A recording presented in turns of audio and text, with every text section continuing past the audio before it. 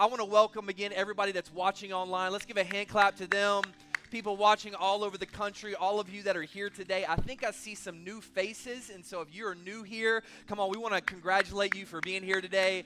We're not going to embarrass you or call you out, but we just want to thank you for being with us. We know this is a strange time, but we're not going to let the times affect our worship, affect our praise, affect what God is going to do in this season. And so I just want to thank you for being here. If you heard earlier this week, we are planning on having Chief Banks of the Round Rock Police Department was supposed to speak today, and we were very excited about that, but he broke his arm playing pickleball.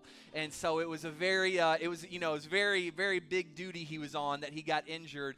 And so he had to have surgery this weekend. So he will be coming as soon as he's able to. He really, really wanted to be here. And so keep praying for him. Keep praying for our city officials. And I just want to let you know that in the midst of all that is happening, I know those that are watching online, I know there's a lot of news coming out. Things are spiking in our area, that sort of stuff.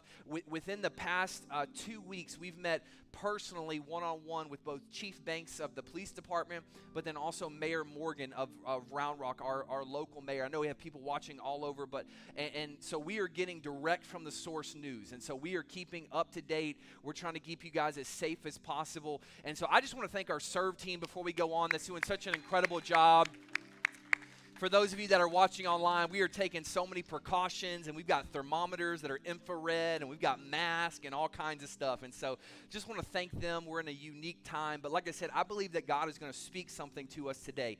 And I told our serve team before we started, every time we get up to minister, we get up to speak, whether it's myself, Pastor Jonathan, one of our other pastors, ministers, we know that God's word is alive. How many of you know that? And so anytime God's word is preached, you're going to get something. There's going to be a word. But then sometimes there's what we call a word. You know what I'm saying? We got a word. And so the past couple of days as I was preparing and praying, I found out on Wednesday that I was going to be speaking instead of Chief Banks. And so I feel like God has a word for us today. Come on. So if you're watching online, I need you to share this. I need you to the people that are always, I need a word from God, tag them right now and invite them to watch this live stream, because we're going to be finishing our Book of James series in James chapter 5. How many of you have enjoyed this series, this collection of sermons over the past several weeks? We're actually going to be using this as the basis for our summer Connect group curriculum. So we're going to be able to dive in deeper to some of these things that we've talked about of injustice and prejudice and your mouth and all that kind of stuff. Is going to be really good to dive into. But what I want to talk about today is honestly something that I'm not very good at. And if you don't know this or not, a lot of times preachers, well, I shouldn't say preachers, I'll just speak for myself. Maybe Pastor Charles can back me up on this. A lot of times preachers, when we preach something, it's something that we're working on too. It's really something God's preaching to us about, and we want to bring you in on it so we don't feel as bad. And so we're like, okay, I'm going to bring the rest of the church in on it, and I'm going to tell them what's happening too. And so I want to preach on you this last part of James. There's so many things that we could pull out. But in James chapter 5, he starts to talk about patience. Come on, look at somebody say, patience. How many of you are patient people?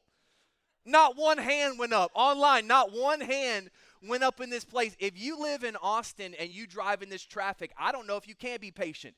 This is a true story. This is not a preacher story. Yesterday, I was driving from Kyle back to Round Rock, and I'm sitting right at that bottleneck at Old Torf and Riverside, that area. If you're from Austin, you know. And I was sitting there. It's packed. No one's going anywhere. And this F-150 decides to jump on the shoulder, and he starts driving between a box truck and the concrete shoulder.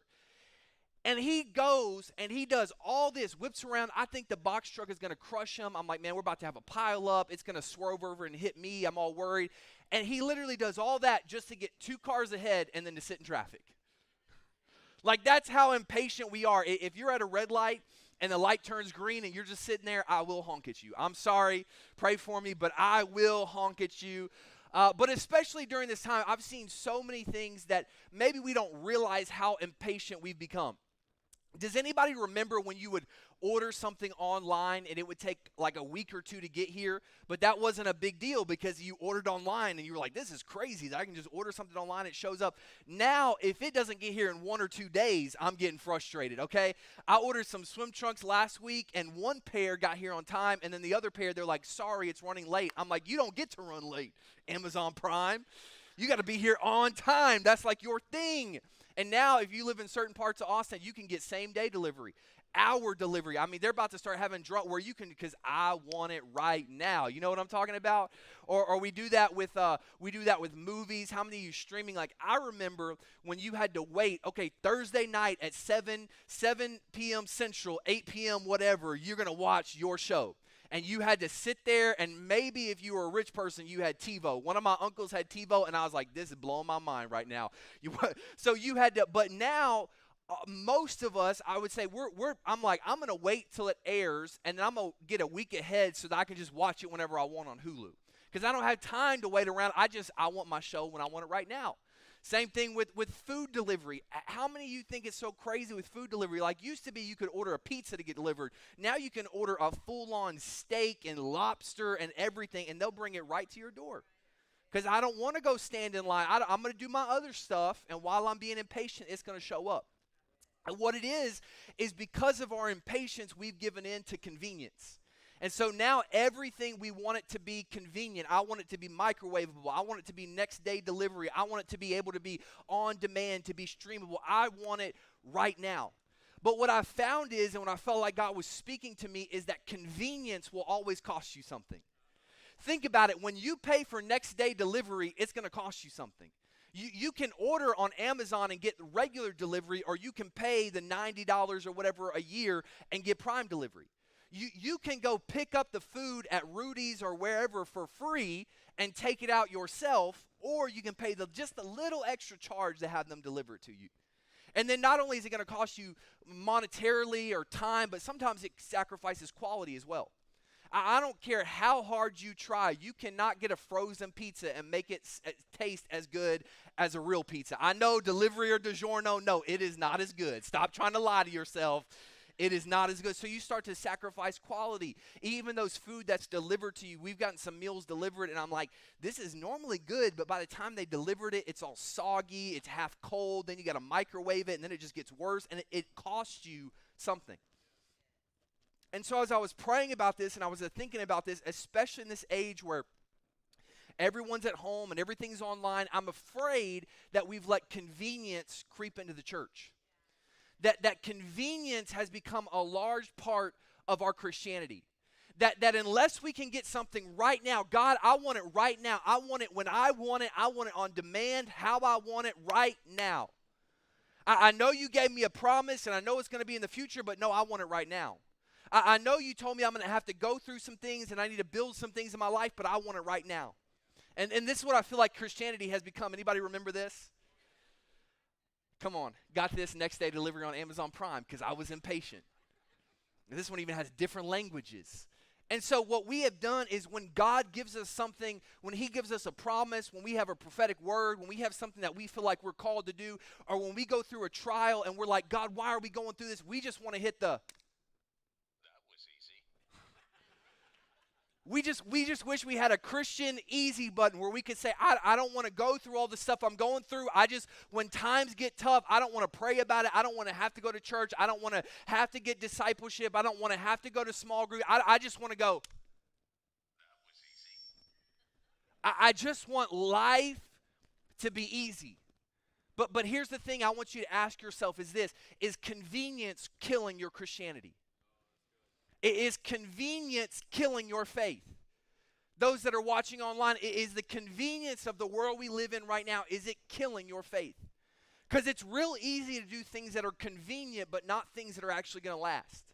See, we can do things that are convenient. We can share something. We can post something. We can say one or two prayers, and it's convenient, and we do it, and we think it's all over. We think it's almost got it timed perfect.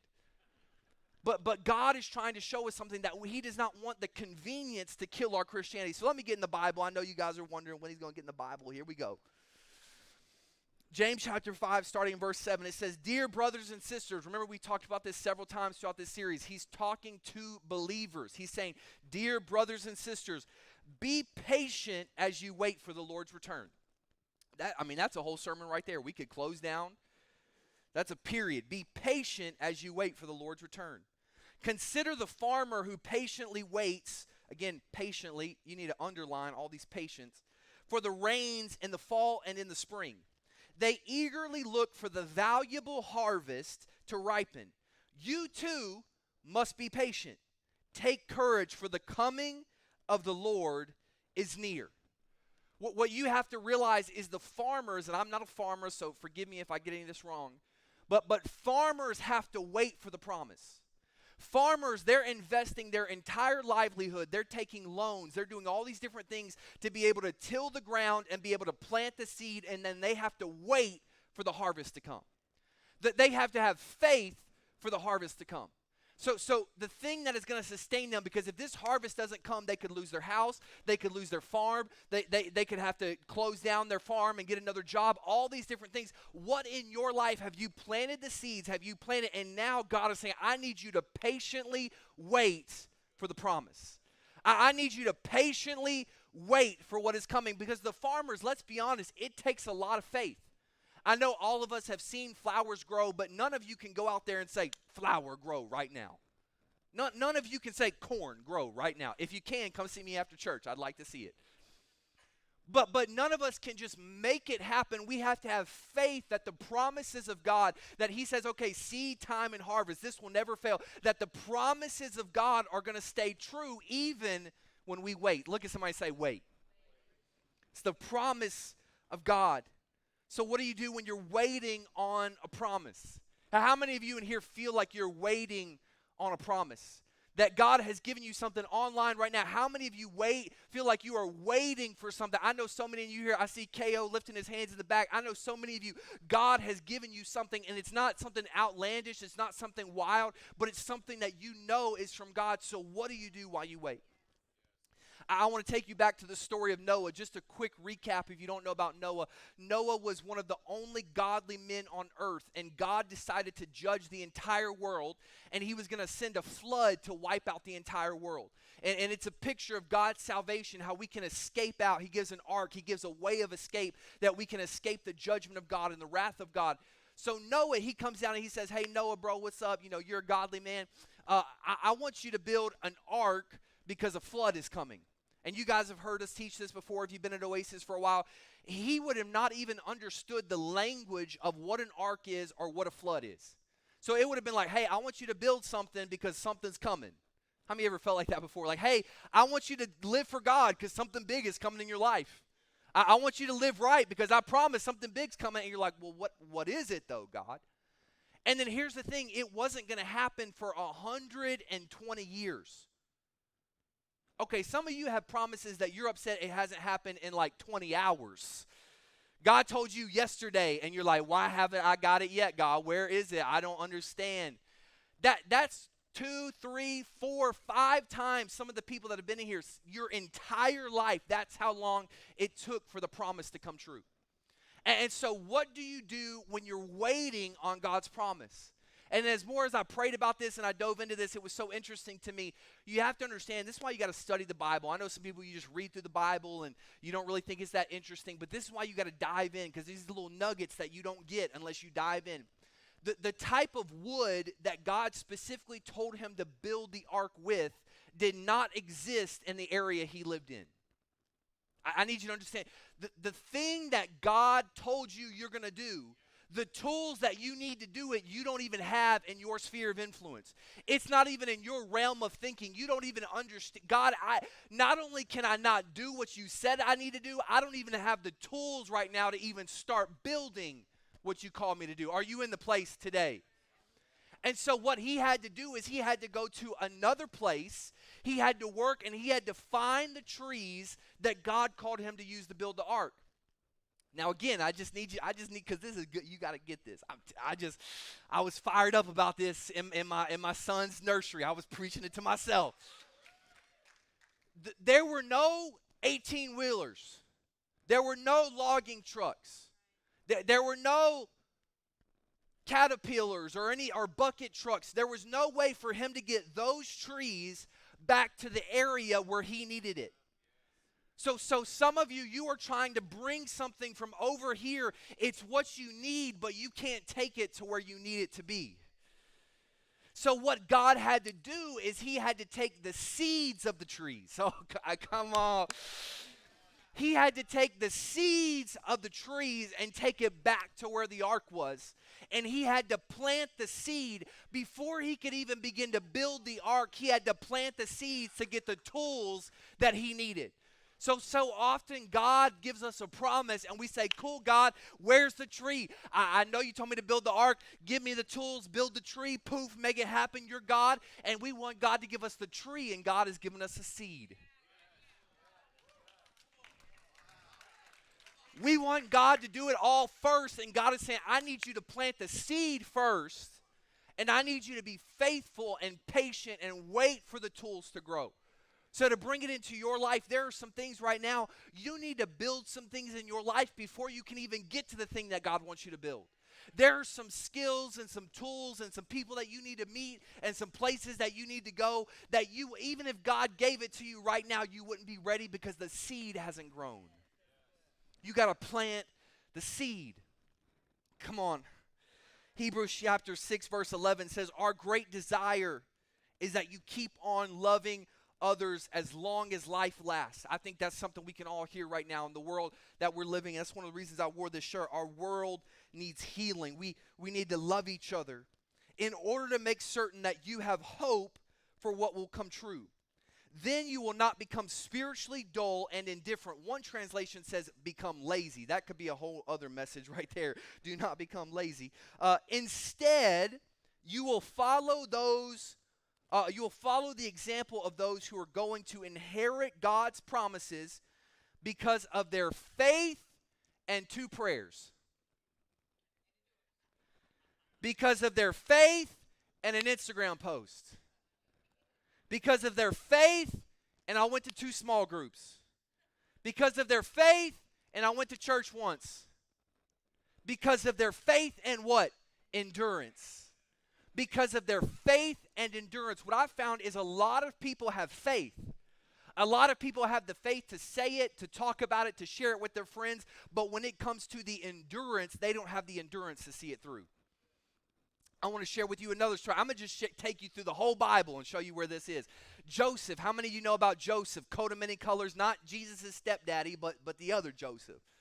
Some of y'all didn't get that. It just went right over. But Joseph, just to give you a little recap of him, he had a dream, a true dream from God. It wasn't a pizza dream. It wasn't, I think this is a prophecy. It was a dream from God that all of his family, including his parents and his brothers that were all older than him, that they would all bow down and worship him. Now, here's the thing. If you're the youngest, the scrawniest, and if your daddy's boy that he likes better than all the other brothers, you probably don't want to tell your older brothers that you're going to bow down before me. Like, hey, I know y'all already don't like me, but by the way, y'all all going to bow down to me. I know I'm the youngest. I know I'm the smallest. I know while y'all are working out in the field and all that sort of thing, I'm just hanging out with Dad in the AC in the tent, with the leaves and everything. I know, but y'all going to bow down to me. So what happens is his brothers fake his death. They tell his dad, okay, he died, an animal attacked him, and then they sell him into slavery. Now I have to get you to understand the process that he was going through here. Because as you're patiently waiting, you're going to go through a process. God has a process to take you to your promise. And so he had to be sold into slavery because I don't think he would have ever left his father's house if he wasn't. Because he was so attached to his father. Some of you are so comfortable where you are that you have a promise from God, but he's going to have to put something in your life that seems traumatic just to push you out of your comfort zone. The next thing that happened is he is bought by a man named Potiphar, and he is put as a servant in Potiphar's house. And because he's faithful and he's a good steward, he becomes the head of all the servants in Potiphar's house. And then what happens is Potiphar's wife starts to, get the eye for him, if you know what I mean, and just keep it PG. And so she comes in and essentially offers herself to Joseph, and he refuses her, so she rips his cloak, rips his shirt off, and says that he tried to sexually assault her. Now, why did that have to happen? I feel like God was saying God had to test whether he would give in to the lust of the flesh. Because the lust of the flesh isn't just about sexuality, but it is, are you going to give in to the things that feel good, the things that you want to do, the things that everybody else is doing? Or are you going to follow the word of God? Because God had shown him he knew how to live for God. He was a godly man. His family was godly people. He knew how he should live. And was he going to give in to the lust of the flesh in this moment? Because if you'll give in as a servant, you'll definitely give in as second in command in the entire Egypt and the entire kingdom.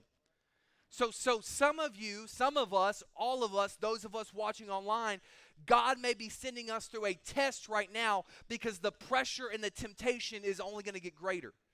And so you're wondering, why do I keep going through this right now? Well, until you pass this test, you can't go to the next level. So he passed this test on the way to his promise, in the middle of his process.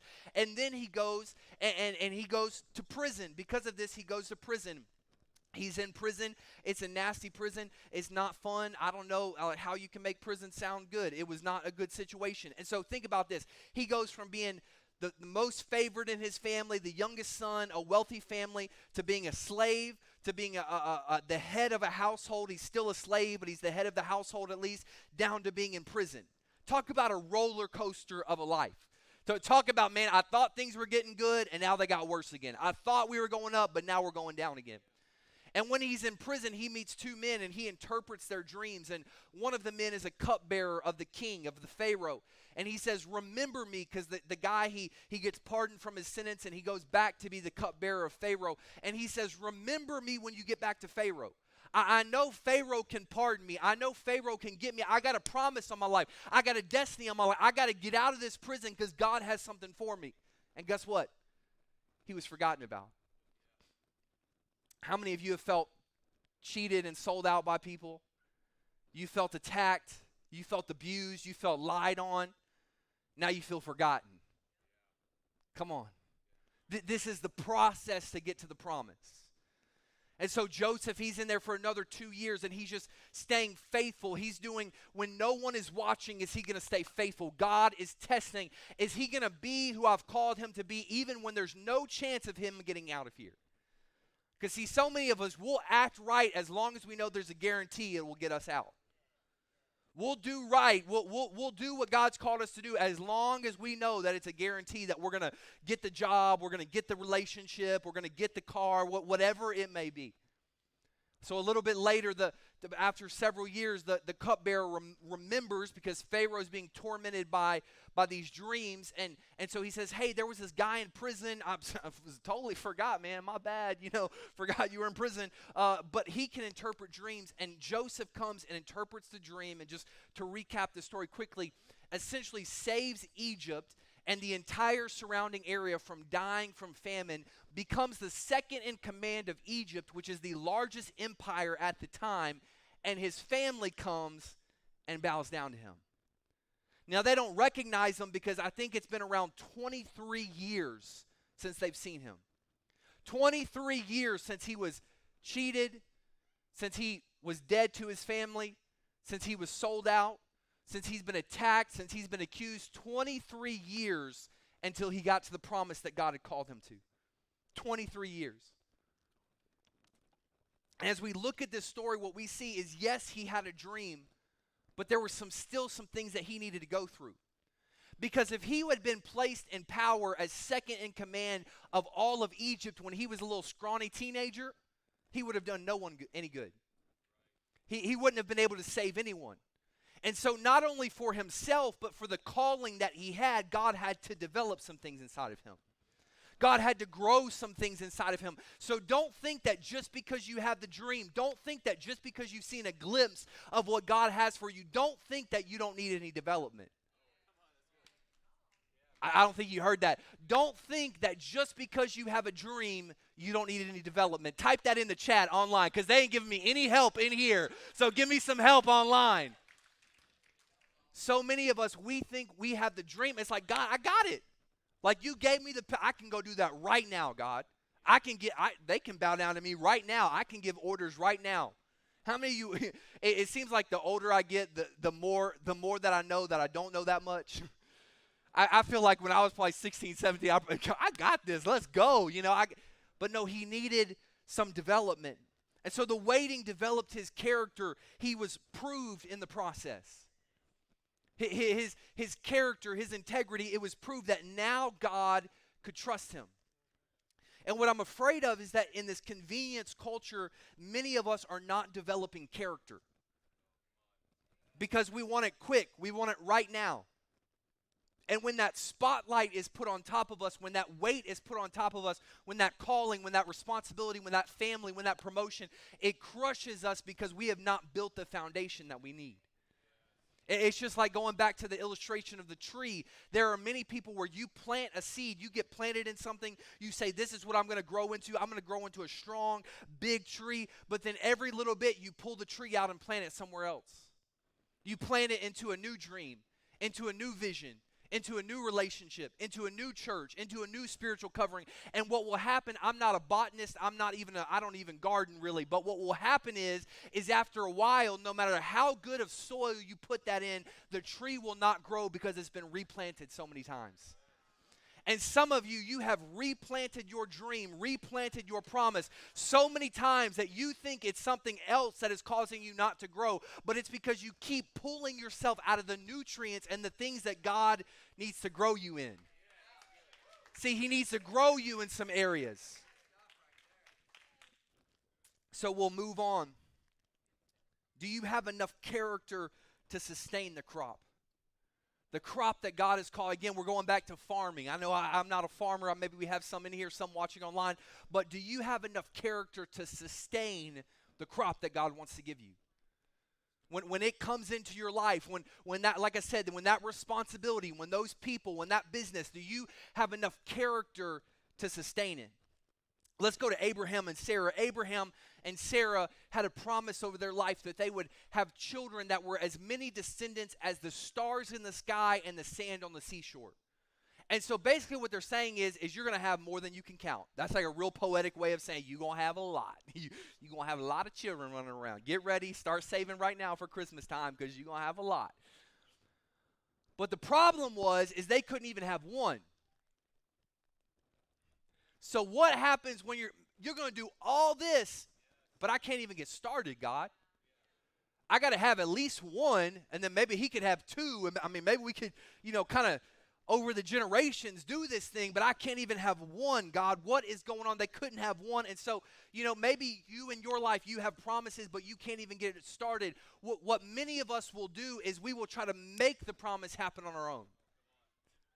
So what happens is his wife comes to him and she has a great plan. And I feel like he probably was like, is this a trick question right now? Because his wife said, why don't you take my servant? And God's promised us that it's going to happen. So if God promised us, it doesn't really matter how we make it happen, right? It doesn't really matter if we cheat the system, right? It doesn't really matter if we kind of fib a little bit over here, right? It doesn't really matter if we kind of cheat a few people on our way to the top, right? As long as I get to where God's called me, He promised me. I'm going to be there. He promised me. And so his wife comes to him and says, why don't you, sleep with my servant and you can have a son with her? And I bet Abraham was like, I don't know what to say right now. Any of the husbands that you're like, are you trying to kill me right now? Are you trying to? So they end up doing it. And so they do have a promise. They do have a child, but it's not the promise, I should say. It's not the promise.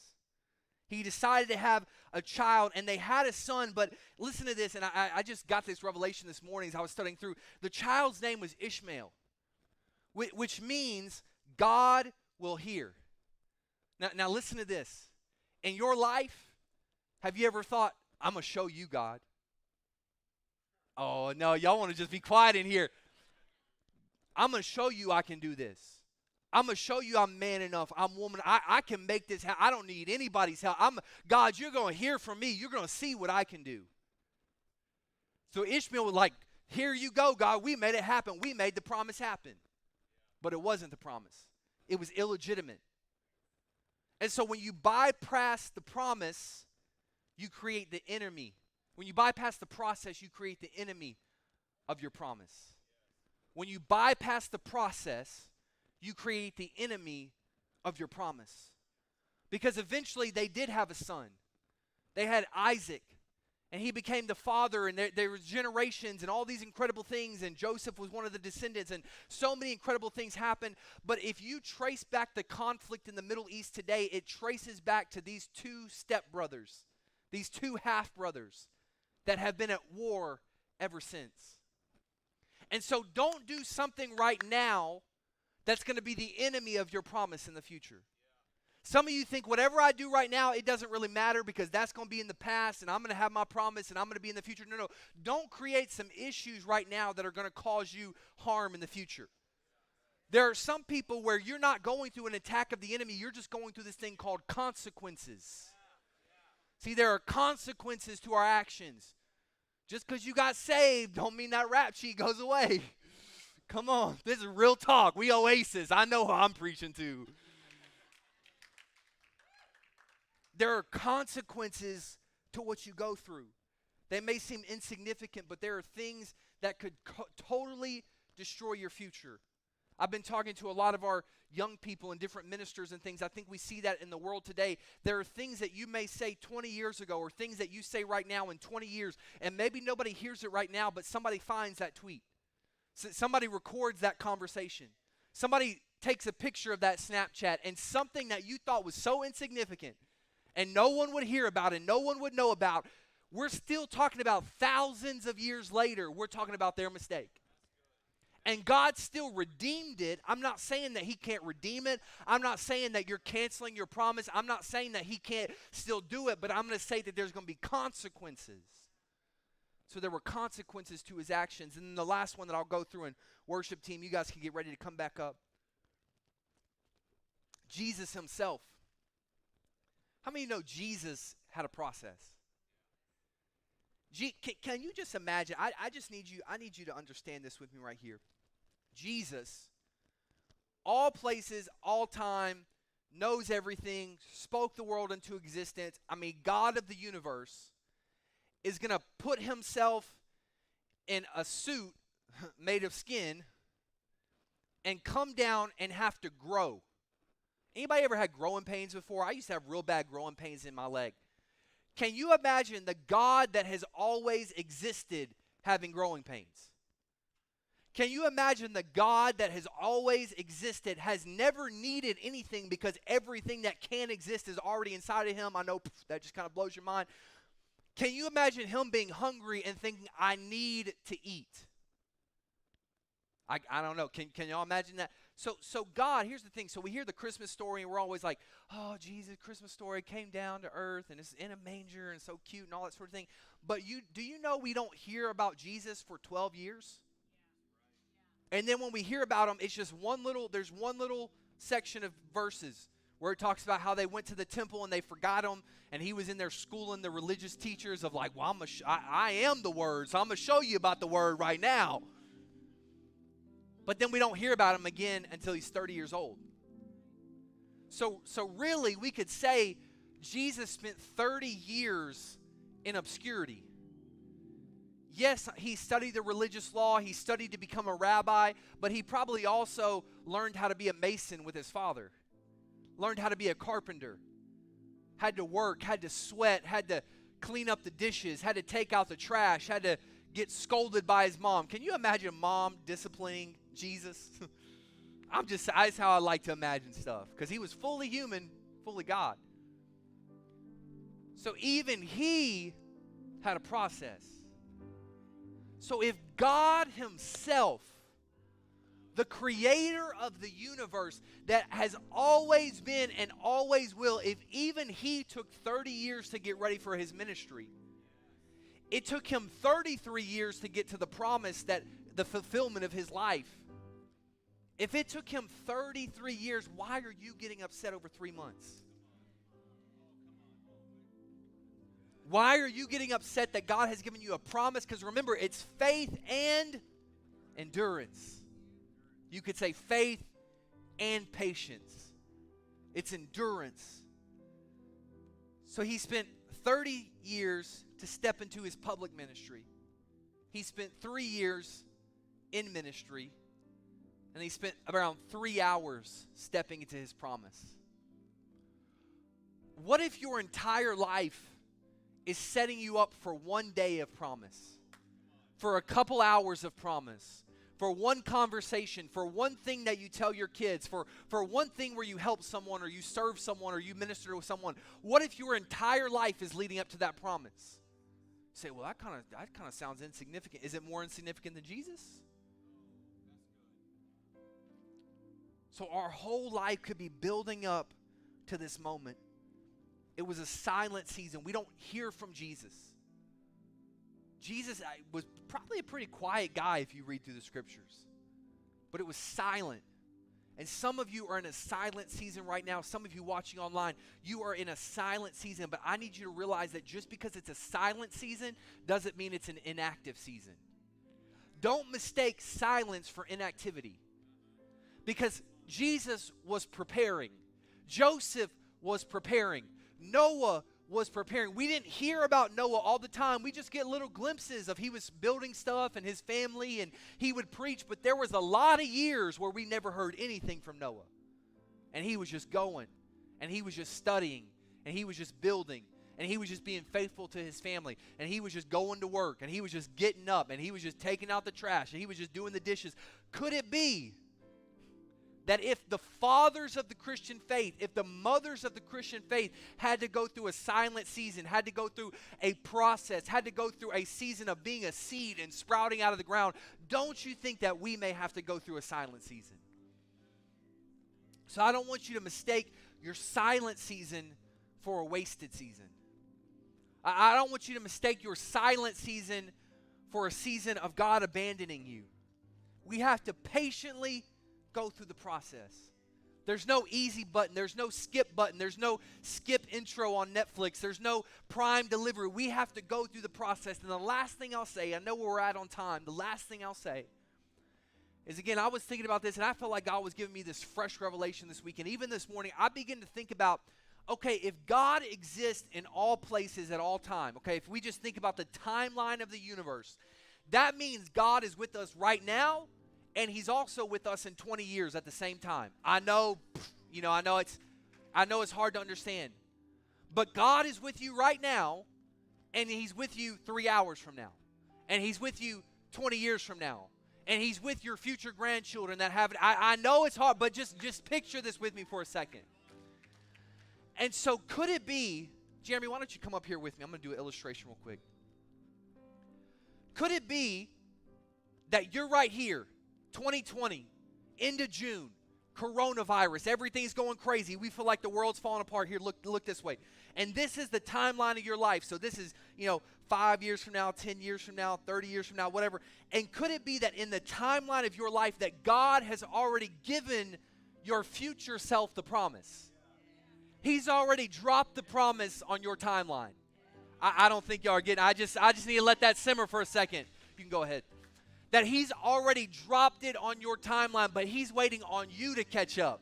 See, God doesn't have to catch up. God is all places at all times. He's everywhere, so he has given you the promise. You just got to catch up to it. Come on, somebody. Why don't you stand to your feet? We're about to close out. So as we're closing out this series on the book of James, we've been talking about what it means to be a Christian. But in this Christian life, you're going to have to learn to be patient. Patient with people. How many of you need that right now? I need some patience on Facebook and Instagram. But also, you're going to have to learn to be patient with the promises of God. Because he's dropped the promise in your timeline already, but he's developing some things inside of you. He's developing some characteristics that you're going to need in the future. And so I want to say a prayer over you. We're going to do something a little bit different today. We're actually going to go back into worship for just a moment. So if you're watching online, stay online. If you're here, stay standing. We're about to worship. But I want to say a prayer over you today. So with every eye closed, watching online, this prayer is for you too. God's Spirit can move wherever you're at. Dear Lord, every person that's in this place today, God, every person that feels lied on, that feels cheated, that feels sold out, that feels abandoned, that feels forgotten about, God, that feels like you're never going to bring the promise in their life, that it's never going to happen. I pray right now that you would give them faith for the future, that you would give them faith for the process, that you would give them patience right now, that you would give them endurance, that they would fight the good fight until the end, Lord. Give them encouragement right now that your will would be done. We thank you, God, that your promises are yes and amen. Come on, give God some praise. Let's worship.